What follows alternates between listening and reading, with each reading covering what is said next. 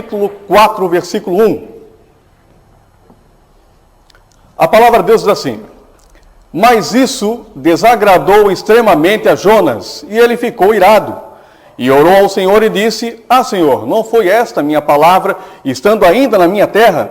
Por isso é que me preveni, fugindo para Tarsis, pois sabia que és Deus compassivo e misericordioso, longânimo e grande em benignidade, e que te arrependes do mal. Peço-te, pois, ó Senhor, tira minha vida, porque melhor me é morrer do que viver. E disse o Senhor: fazes bem que assim te ires? E disse o Senhor: tiveste tu compaixão da sabedoria, da bobeira, na qual não trabalhaste, nem fizeste crescer, que numa noite nasceu e numa outra noite pereceu. E não hei eu de ter compaixão da grande cidade de Nínive, em que estão mais de 120 mil homens, que não sabem discernir da sua mão direita e da sua mão esquerda, e também onde existem muitos animais. A palavra de Deus diz que Jonas, um homem que aparentemente não sabe muito da vida dele, mas que ele tinha uma relação especial com Deus. Por quê? Porque Deus acabou encontrando Jonas e deu uma ordem para ele, para que ele fosse até Nínive falar da palavra de Deus para aquelas pessoas. Deus, como não foi omisso, ele simplesmente não lembrou apenas as pessoas, mas Deus não se omitiu, até mesmo dos animais que estavam lá em Nínive. A palavra de Deus é poderosa porque, de certa forma, a Bíblia cita muito poucas coisas em relação aos animais. Em Provérbios cita alguma coisa, mas nessa passagem, especificamente aqui em Jonas, ele diz: na sua mão esquerda e também muitos animais. Deus não se omitiu, até mesmo dos animais que estavam em Nínive. Uma das questões que Jonas colocou aqui é que Deus não se arrepende.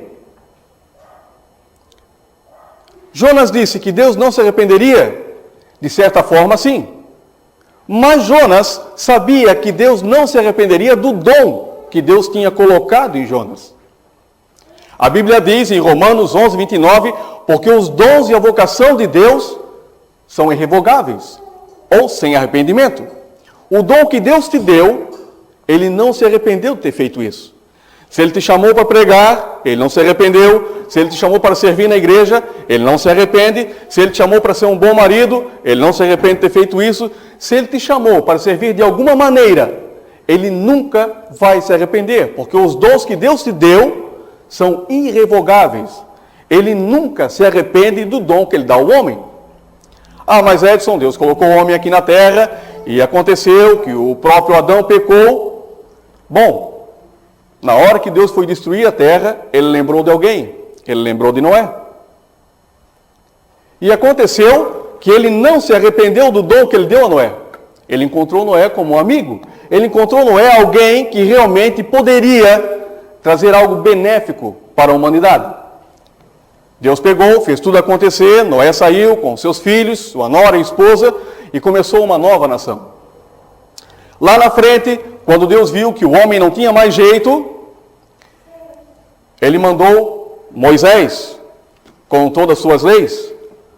Moisés resistiu na primeira vez, resistiu na segunda vez, dizendo: mas Senhor, eu não tenho como fazer isso, eu não tenho como prestar essa obediência a Ti, eu tenho dificuldade nisso, dificuldade naquilo, e Deus sempre mostrando para Moisés o que ele poderia fazer. Aconteceu que um certo ponto, Moisés, para tentar sair da jogada, Moisés disse: bom, eu não falo bem. Mas Deus nunca se arrependeu do dom que deu a Moisés. Deus sabia que Moisés era a pessoa certa para tirar o povo do Egito e levar até a terra prometida. Depois de um certo tempo, quando tudo passou, apareceram outros profetas, chegando até a Jesus Cristo. Quando tudo parecia estar perdido, quando tudo parecia estar consumado, na sexta-feira, na morte de Cristo, o inimigo deve ter pensado: agora sim, o dom que Deus deu a Jesus não vai se cumprir. Ele morreu, ele prometeu que Jesus salvaria o mundo, mas nada aconteceu. Mas no domingo, no terceiro dia, o dom que Deus deu a Jesus foi irrevogável. Jesus ressuscitou no domingo. Ele trouxe vida novamente a todos aqueles que já eram perecidos, todos aqueles que perecem, mas que creem que Jesus é o Salvador. É muito interessante nós lembrarmos que depois da morte de Cristo, não foi só isso simplesmente que aconteceu. Tudo bem, Jesus morreu e o mais importante é a salvação, mas não apenas a salvação que veio com a morte de Jesus. Veio a não omissão de Deus para com os seres humanos. Depois que nós adquirimos a mente de Cristo, depois que nós aceitamos Ele como nosso Salvador, nós entregamos a nossa vida a Ele, a omissão não pode mais fazer parte da nossa vida. Omissão com a família, omissão com o emprego, omissão com a igreja, omissão com o pastor, omissão com qualquer coisa que seja, com o mendigo, com os animais, enfim, nós temos a mente de Jesus. A palavra de Deus diz, em João no capítulo 14, no versículo 12, diz, na verdade vos digo, que aquele que crê em mim, também fará as obras que eu faço, e as fará maiores do que estas, porque eu vou para o meu Pai. Muitas pessoas pegam essa passagem e dizem, mas Edson, Jesus falou para os apóstolos, negativo, ele está dizendo, aquele que crê em mim. Na época que Jesus estava aqui na terra, não havia internet, não havia televisão, não havia toda a tecnologia, e hoje muitos pastores pelo mundo estão fazendo grandes obras. Não diga em milagre, mas em obras de divulgação, até mesmo muito maiores que Jesus fez. Porque Jesus não está mais aqui, então existem os servos de Jesus, os amigos de Jesus, que fazem a obra de Deus. Existia um homem aqui na Terra, no ano de 1700, mais ou menos ele nasceu, chamado George Whitefield. Quem conhece a história desse homem sabe que no ano de 1700, mesmo sem grande tecnologia, mesmo sem internet, mesmo sem grandes divulgações, televisão e assim por diante, ele pregava para mais de 100 mil pessoas. Sem microfone, sem condições de falar, mas ele conseguia passar a mensagem. Haviam pregações de 5 mil pessoas, 3 mil pessoas, 10 mil pessoas. E uma pregação um dia, havia 100 mil pessoas ouvindo o George Whitefield. O que aconteceu com esse pastor? Por que tantas pessoas acabaram vindo ouvir o pastor George Whitefield? Simples, ele não era uma pessoa omissa com as coisas de Deus. Quando você não é omisso para as coisas de Deus, elas acabam vindo até você de maneira mais fácil.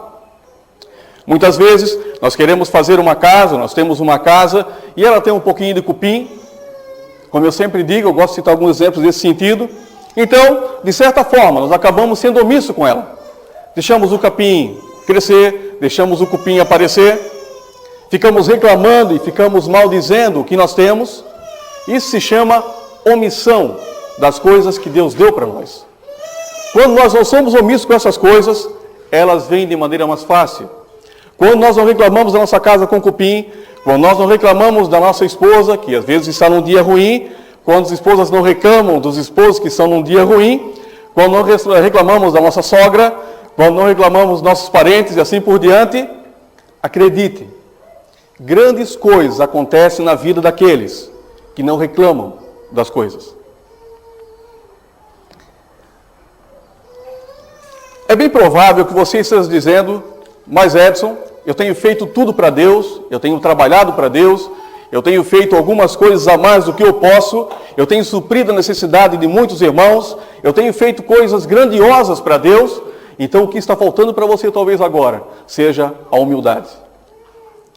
Porque quando você acha que você que está fazendo, quando você acha que você está fazendo grandes coisas para Deus, que você realmente tem feito a diferença nesse mundo, então a humildade é que precisa estar no seu coração. Por mais que nós façamos para Deus, dia e noite, servimos dia e de noite, ajudamos as pessoas, ajudamos na igreja, ajudamos no nosso trabalho, ainda assim, não é tudo. Porque tudo que nós fizemos é Jesus que faz por nós, através da sua imensurável graça. Em Hebreus 12:15, a palavra de Deus diz, tendo cuidado de que ninguém se prive da graça de Deus e de que nenhuma raiz de amargura, brotando, vos perturbe e por elas muito se contaminem.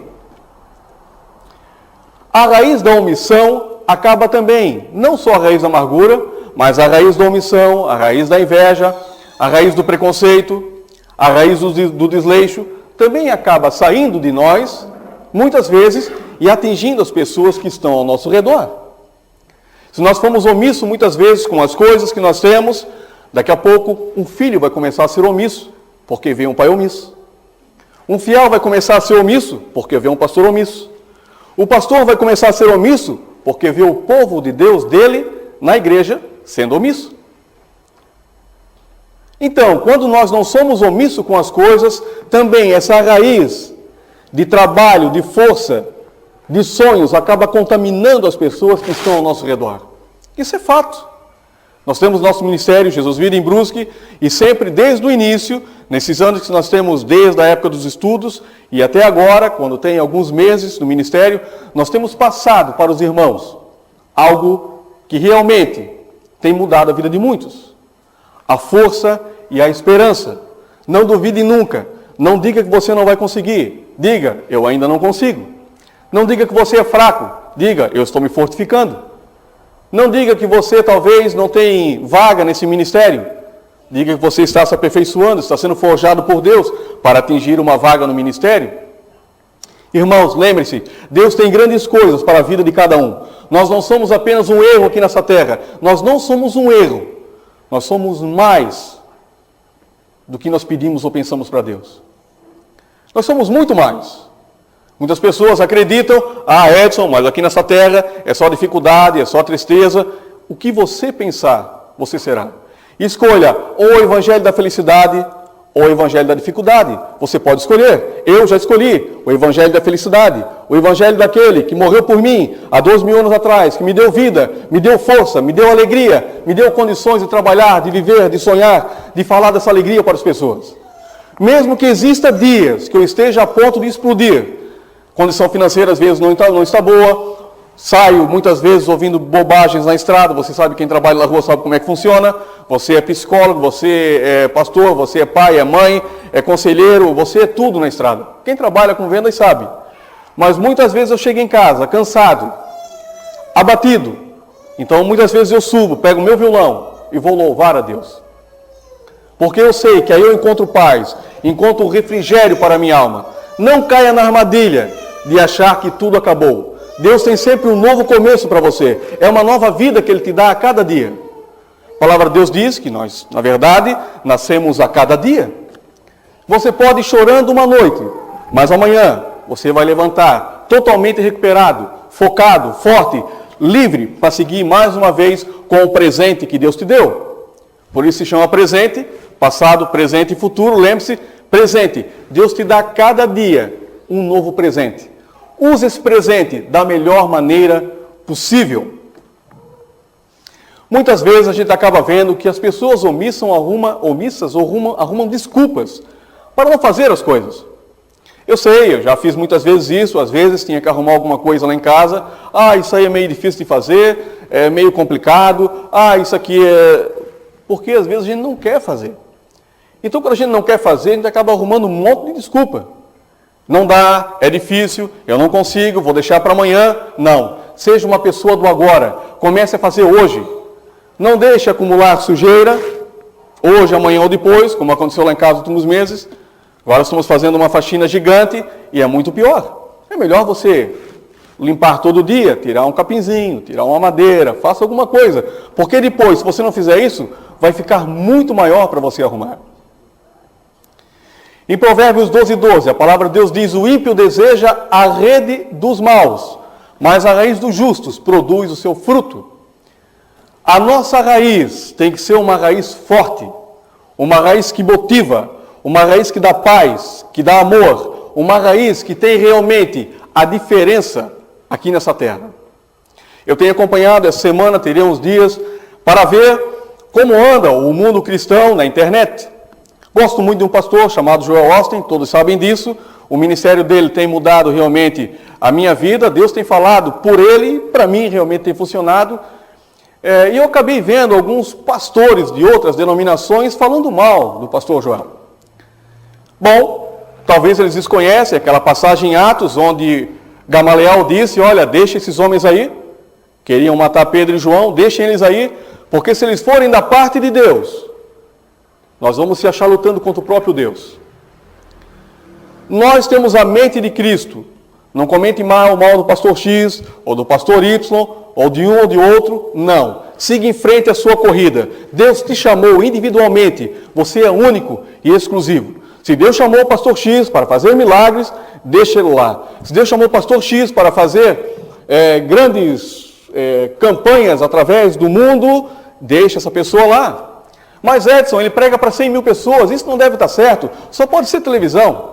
Isso é propaganda, isso é show. Bom, diga isso para o pastor George Whitefield. Em 1700, pregava para 100 mil pessoas, não havia televisão. Não havia rádio. Nos últimos tempos, a palavra de Deus diz que nós veríamos a imensurável graça do favor de Deus. A imensurável riqueza do favor de Deus. Nós estamos apenas no início dos últimos tempos. Já estamos vendo a imensurável riqueza do favor de Deus. Energia elétrica, carros de última geração, aviões, televisão, todo tipo de tecnologia, parafernália, para que nós possamos pregar o Evangelho. Use o que você tem para falar de Jesus para as pessoas. Você vai se sentir melhor, mais focado, mais alegre, mais próspero, mais vivo, porque você está servindo a Deus. Sirva em qualquer situação. Não importa se você está financeiramente abatido, não importa se a sua família está perseguindo você, não importa se seus amigos estão te deixando para trás, não importa. Sirva a Deus conforme você foi chamado para servir. Você tem um dom, você tem algo gigante dentro de você, aprenda a descobrir o que é isso. Talvez muitas pessoas estão dizendo, mas Edson, eu não sei qual é o meu dom, já tenho feito de tudo. Já entrei em várias empresas, não consigo permanecer em nenhuma. Já tentei, passei por várias igrejas, nenhuma me completa. Fique vivo. A centelha, aquele fogo, aquela chama que vai despertar o dom que está dentro de você, vai acontecer. Aguente firme, continue orando, conheça o poder da oração, é uma comunicação gigantesca com Deus através de Jesus. Ore todos os dias, agradecendo a Deus. Senhor, obrigado por esse dia. Senhor, obrigado porque estás mandando grandes pessoas na minha vida. Senhor, obrigado porque tu estás mandando coisas boas para a minha vida, estás aumentando a igreja, estás melhorando a minha família, estás trazendo meus filhos para o caminho, estás restaurando a minha saúde. Senhor, te agradeço porque tu és um Deus de paz, um Deus que tem colocado muitas coisas no meu coração. Aprenda a agradecer a Deus. Peça menos, agradeça mais. Lembre-se, o seu passado não pode fazer de você um omisso. Edson, a minha vida foi assim, meu pai me abandonou, minha mãe me abandonou, fui jogado no orfanato, e hoje, por isso que eu sou dessa maneira. Isso não é desculpa para você ser uma pessoa omissa aonde você vive. A Bíblia fala em Juízes, no capítulo 11, versículo 1, de uma pessoa chamada Jefté. Jefté era filho de Gileade, mas ele era filho de uma prostituta. Aconteceu que os irmãos de Jefté expulsaram ele de casa. Mas como você vai ficar aqui? Vai ter parte da nossa família, você é filho de uma prostituta. Mas Jefté sabia o dom que Deus tinha colocado dentro dele. Jefté sabia e conhecia o Deus que tinha feito muitas coisas para os antepassados dele. Chegou um certo tempo, eles foram guerrear contra o exército de Amon. E então lembraram que havia um homem valente, chamado Jefté, filho de Gileade. Eles foram até Jefté e falaram para ele, venha ser o chefe do nosso exército. O chefe do exército de Gileade. Então Jefté disse, bom, vocês não estão lembrados que me expulsaram lá daquela terra, me expulsaram da casa da minha família, e agora querem que eu vou lá? Eles mais uma vez insistiram, venha, seja o chefe do nosso exército. Grandes coisas estão vindo em sua direção, creia nisso. Nós não somos pequenos, nós não somos fracos, nós não somos caídos. Jesus nos levantou, estamos firmes, de pé, somos focados, devemos acreditar nisso. A fé é uma grande ferramenta para que a omissão e a preguiça seja excluída definitivamente da vida daqueles que querem servir a Deus. Quando você ora em fé, quando você tem certeza que Deus está com você, e que Ele é um Deus grandioso, gigantesco, que não é um Deus apenas que está ali, fictício na nossa mente. Não. Você sabe que Ele é um Deus poderoso, um Deus que abriu o Mar Vermelho, um Deus que fez toda a terra, um Deus que fez a terra parar apenas por causa de um homem, que não é diferente de nós. Você tem que acreditar que esse Deus pode fazer milagres em sua vida. Deus muitas vezes fala conosco, não em voz alta, mas fala aqui dentro. Não faz isso. Faz diferente. Vem me servir. Vem para a igreja. Vá na casa do seu amigo que está precisando.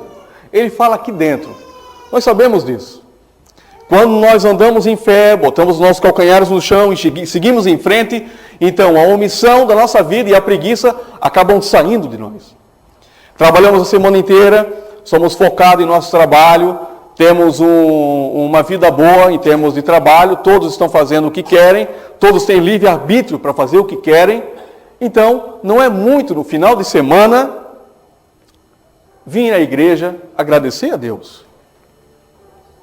Não é muito. Você sair da sua casa feliz, radiante, porque você conhece esse Deus a quem você vai ouvir, vir agradecer Ele na igreja. Vir compartilhar essa alegria com os amigos da igreja. Jesus mesmo disse, eu não vos chamo de servo, eu vos chamo de amigo. Porque um servo não sabe o que o patrão quer, mas um amigo sabe o que o patrão quer. Jesus nos chamou de amigo, porque Ele sabe que nós o conhecemos. Nós somos amigos de Deus porque nós sabemos o que Deus quer de nós. Se nós fôssemos apenas um servo, não, eu tenho que esperar vir uma comunicação de Deus direta, eu tenho que saber, eu não sei o que Deus quer que eu faça, mas você é amigo de Deus. Abraão era considerado o amigo de Deus. E Jesus falou para os apóstolos, eu não vos chamo de amigo, eu não vos chamo de servo, porque um servo não sabe o que o seu Senhor quer. Você é amigo de Deus. É um relacionamento profundo que nós temos com Deus. Um relacionamento de alegria. Um relacionamento que nos coloca para cima. Como já falei, nem todos os dias são iguais ao outro. Um dia você está mais tenso, um dia você está mais contente. Mas a felicidade é um estado de espírito e não um estado emocional. As pessoas confundem. Hoje eu estou feliz, amanhã eu não estou feliz. Não. Você pode estar contente e outro dia triste. Isso é um estado emocional. Mas estar feliz é um estado de espírito. Você tem que vem daqui de dentro ser feliz.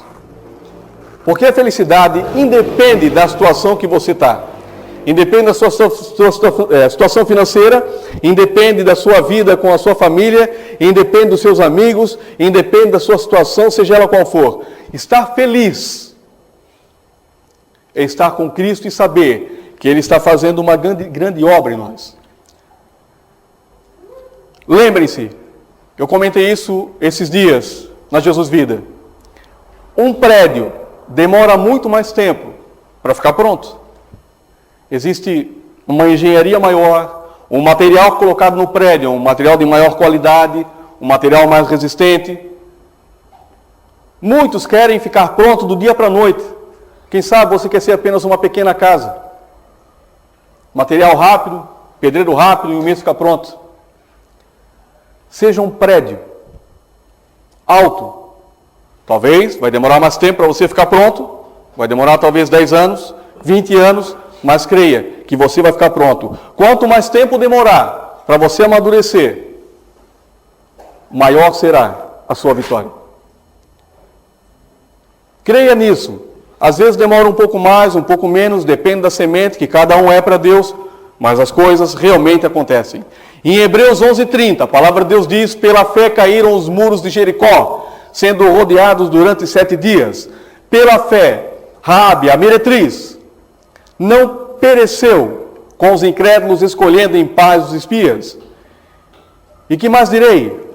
Faltar-me-ia o tempo contado de Gideão, e de Baraque, e de Sansão, e de Jefé, e de Davi, e de Samuel e dos profetas? Nessa passagem, são citadas 2 pessoas. Impressionante. Raabe, uma prostituta, que é uma descendente, que deu uma descendência direta para Jesus, e Jefté, o que eu tinha comentado anteriormente. Nós não somos perfeitos pelo mundo, mas nós somos perfeitos através de Jesus Cristo. Creiam que grandes coisas estão vindo em sua direção. Creia que a paz, a alegria, definitivamente vão tomar conta da sua vida, vão tomar conta da atmosfera da sua casa, vão tomar conta da atmosfera do seu emprego, vão tomar conta da atmosfera das pessoas que rodeiam você, vão tomar conta da atmosfera da sua igreja.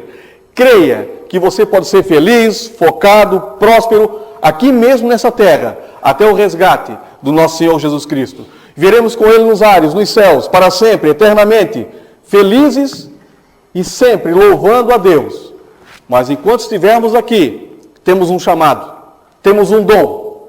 Vamos servir a Deus com integridade, sem omissão. Vamos servir a Deus felizes, contentes, porque a obra que foi feita naquela cruz não foi algo insignificante. O que Deus fez por nós e quem Ele não é apenas um Deus de grandeza, mas Ele é um Deus bom. Creia nesse Deus bom, nesse Deus da alegria, nesse Deus da felicidade, nesse Deus que quer levar você a lugares que você jamais sonhou na sua vida. Talvez você está esperando isso. Edson, mas você está falando da vida financeira, quem sabe também? Quem sabe a sua família? Quem sabe os seus filhos? Quem sabe a sua empresa? Quem sabe o seu trabalho? Quem sabe os seus amigos? Eu não sei qual a dificuldade de cada um, mas foque que a sua dificuldade para Deus é insignificante e que Ele quer te curar por dentro. Ele quer concluir a obra que realmente foi feita naquela cruz há 2000 anos. Você já é salvo, você já aceitou a Cristo, agora viva em abundância. Viver em abundância, como Jesus falou, eu vos dou vida e vida em abundância. Algo que tem abundância é algo que tem a mais. Quando a sua vida está enfraquecendo, você ainda tem mais vida. E está enfraquecendo hoje, você tem mais vida para amanhã. Você tem mais vida. Vida todos os dias. É uma vida em abundância. É uma vida de felicidade, de coragem, de força. Até o resgate de Jesus. Quem crê nessa palavra hoje, diga amém. Vamos orar, Senhor. Agora que você ouviu a nossa pregação, eu quero convidar a você a aceitar Jesus como Senhor e Salvador da sua vida. Jesus morreu há 2000 anos atrás, enviado por Deus para que você fosse livre hoje dos pecados. Então, você pode orar comigo? Senhor Jesus, eu me arrependo dos meus pecados, eu sei que Tu estás comigo em todo o tempo, eu Te aceito como meu Senhor e Salvador, porque eu sei que não existe nada neste mundo que eu não possa fazer se eu estiver contigo. Eu acredito que você fez essa simples oração, acreditando no que diz Romanos 10:9, que se confessares a Jesus como Senhor e creres que Deus o ressuscitou dentre os mortos, então você será salvo. Creia nisso, que você hoje é um novo homem, é uma nova criatura. Em nome de Jesus, quero toda a felicidade do mundo para você, quero a sua esperança e a sua paz renovada, para que você seja grande também aqui nessa terra. Em nome de Jesus, é isso que eu desejo. Nosso muito obrigado e até a próxima.